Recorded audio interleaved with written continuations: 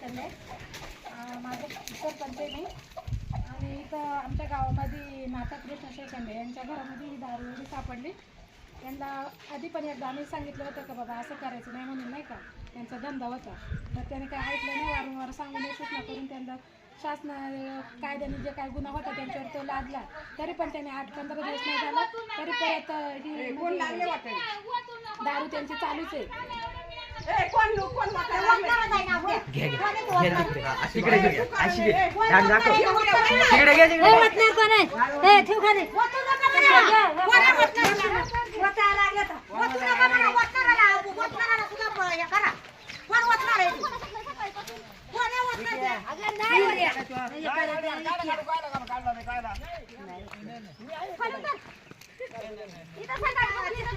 अजून इकडं पण दारू आहे का? बाहेर काढा ना.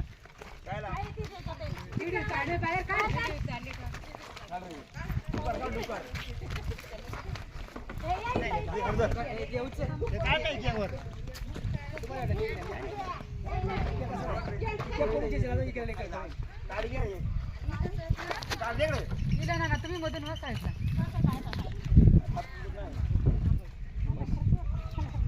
नाही होतली मी आहे तो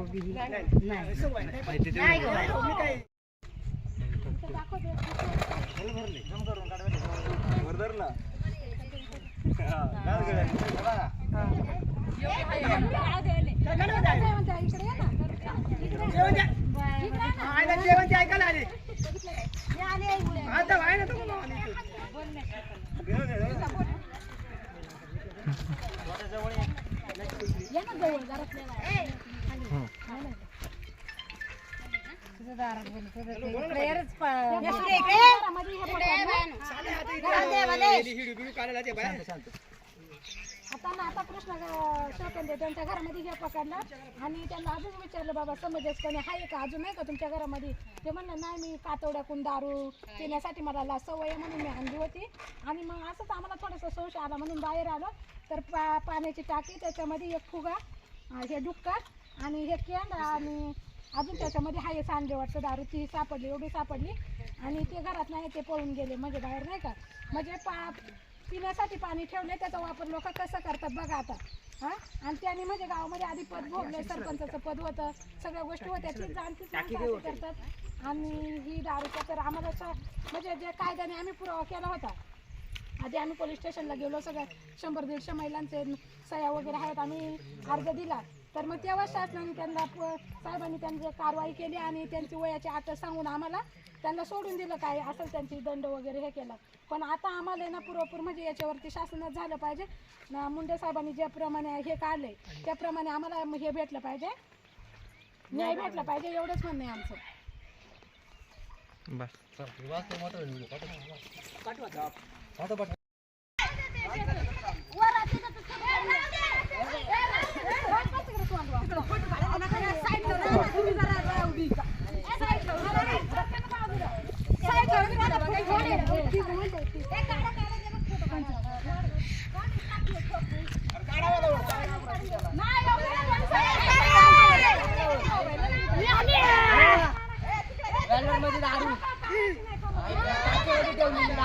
हो, काढून बाजूला घ्या, काढून बाजूला घ्या,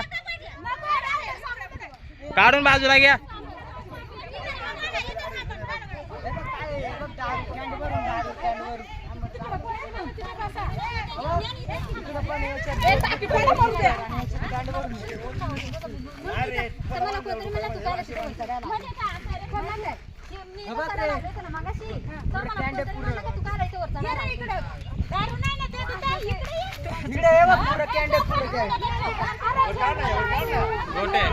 काय नाही इथलं घे मग पुढं काय असं नाही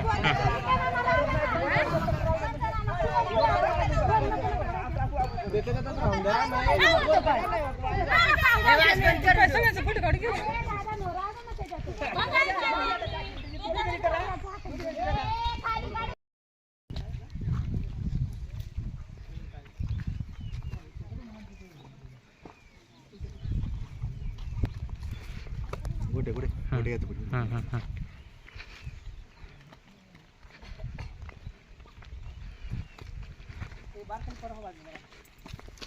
रात्रीवर तुम्हाला बेल आहे मागे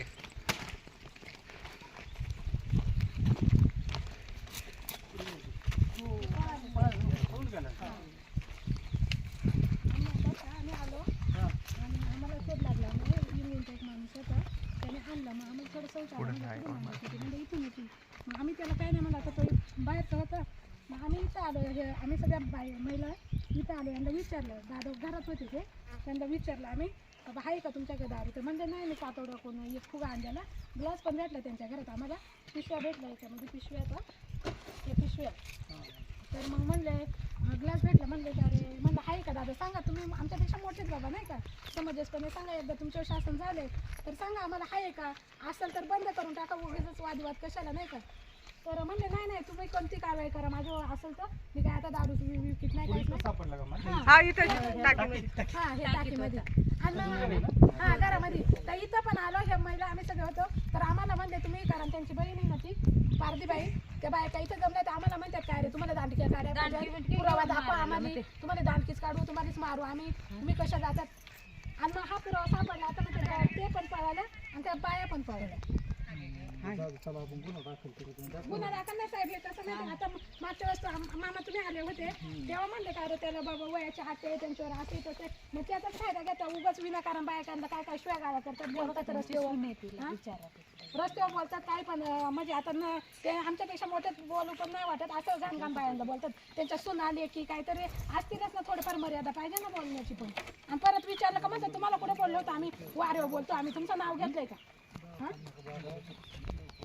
मग आता मागा तुम्हाला एवढा हे पकडून दिला होता आणि आता पण एवढा तर याचं हे झालं पाहिजे जसं मुंडे साहेबांनी केलंय ना तसं शासन त्याला झालं पाहिजे काहीतरी न्याय तरी भेटलं पाहिजे ना विनाकारण जायचं आता 4 दिवस तुम्ही पकडणार आणि काय सोडून द्यायचं त्याला आता ते सुटलाय का तो खालचा तो सुटलाय का अजून नाही सुटलं जेलला गेलाय ना जेलला जाणार 100% रेड केलीच की आता त्याच्यावर आम्ही तो ना आम्हाला पंच द्या हिच्या जागी ओतून देऊ आपण तुमच्या समक्ष जागी ओतून देऊ नाश करायचा पंचनामा करून दोन पंच द्या कोण तरी फक्त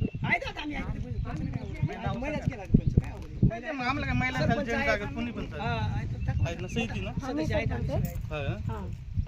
पाटील पुण्याला गेले पाटला जाणता पण मला ते पुण्याला नाव सांगा तुमचं सीताविलास वसंत कसं आहे माहिती का याच्यावरती काहीतरी त्यांच्या कठोर न्याय म्हणजे अन्याय होत नाही म्हणून ते आता वारंवार तीच गोष्ट करत राहिले त्याच्या मागं पण नंबर सांग रे बाळा तुझा का त्याचा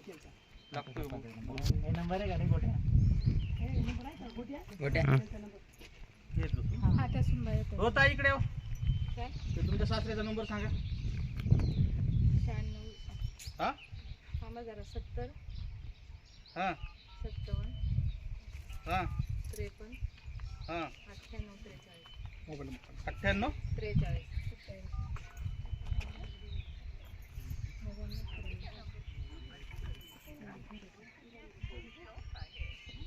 कुठे गेलाय तू